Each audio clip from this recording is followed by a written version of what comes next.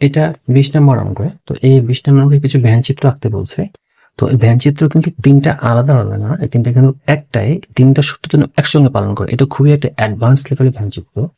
তো এই অ্যাডভান্স লেভেলের ভ্যানচিত্র আঁকার জন্য কিছু আমরা বেসিক অ্যাডভান্স কিছু শিখে নিই। সেটা হচ্ছে আমরা জানি এই ইন্টারসেকশনকে কিভাবে লিখবো। এটা হচ্ছে এ, এটা হচ্ছে বি, ফাঁকা, তার মানে এরকম হবে।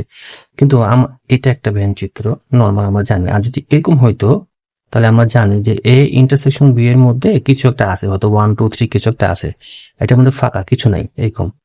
আচ্ছা, এগুলো আমরা সব জানি। আচ্ছা, কিন্তু আমরা এই জিনিসটা আমরা শিখিনি আসলে, সাবসেট বা উপসেট, সুপারসেট, এগুলো কিভাবে দিব। এটা মানেটা হচ্ছে সিটা হচ্ছে ছোট এবং বিটা হচ্ছে বড়।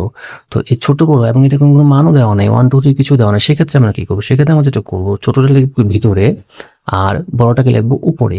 তো আমরা জানি যে সেট লেখার সময় আমরা ভ্যানচিত্রে বৃত্ত দিয়ে প্রকাশ করি। তার ভিতরে হবে একটা ছোট বৃত্ত যেটা হচ্ছে সি, আর উপরে হবে একটা বড় বৃত্ত যেটা হচ্ছে বি। তাহলে এখন মান আমার যাই হোক না কেন, 1 2 3 যেটাই হোক না কেন, তাহলে বি মানে বোঝাচ্ছে এখানে অধিসেট বা সুপারসেট, এই যে এটা। সি মানে হচ্ছে সাবসেট বা উপসেট, সি এর মানটা ছোট, এই জন্য ভিতরে। তো এটা কেন এরকম হচ্ছে আসলে, যদি আমরা উদাহরণ দিয়ে বলি, যে ধরি আমার সি এর মানটা হচ্ছে 1 এবং 2 আর বি এর মানটা হচ্ছে 1 2 এবং 3, তাহলে স্বভাবতই বিটা এখানে বড়। তো এটাকে যদি আমরা প্রকাশ করি তাহলে কিন্তু ঠিক এরকমই হবে। কিভাবে দেখি? তাই একটা লিখবো আমরা 1 এবং 2, এটা আছে আমাদের সি এর মধ্যে। তাহলে 3টা কোথায় আছে? 3টা এখানে আছে, আমাদের বাইরে আছে। তো এখন তাহলে বি কোনটা? এইটা হচ্ছে আমাদের বি। তাহলে এটা হচ্ছে আমাদের বি এবং এটা হচ্ছে আমাদের সি। এটা হচ্ছে অ্যাডভান্স লেভেলের ভ্যানচিত্র, কিন্তু বেসিক কিছু জিনিস। এখন আমরা এটা শিখবো। আচ্ছা, তাহলে এটা হচ্ছে এ বি ইন্টারসেকশন ফাঁকা এবং এ সি ইন্টারসেকশন ফাঁকা, এদের মধ্যে কোনো মিল নেই। আর এটা মনে হচ্ছে এটা, কিন্তু এখানে তিনটা জিনিসকে আমাকে একসঙ্গে দিতে হবে।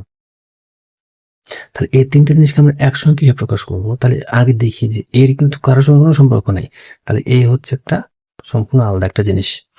এরপরে এই দুইটার মধ্যে সম্পর্ক আছে, তাহলে এই দুইটার মধ্যে আমরা ঠিক এখানে লিখবো। তাহলে আমরা যদি এটাকে লিখি বি, তাহলে এর ভিতরে একটা আছে সি।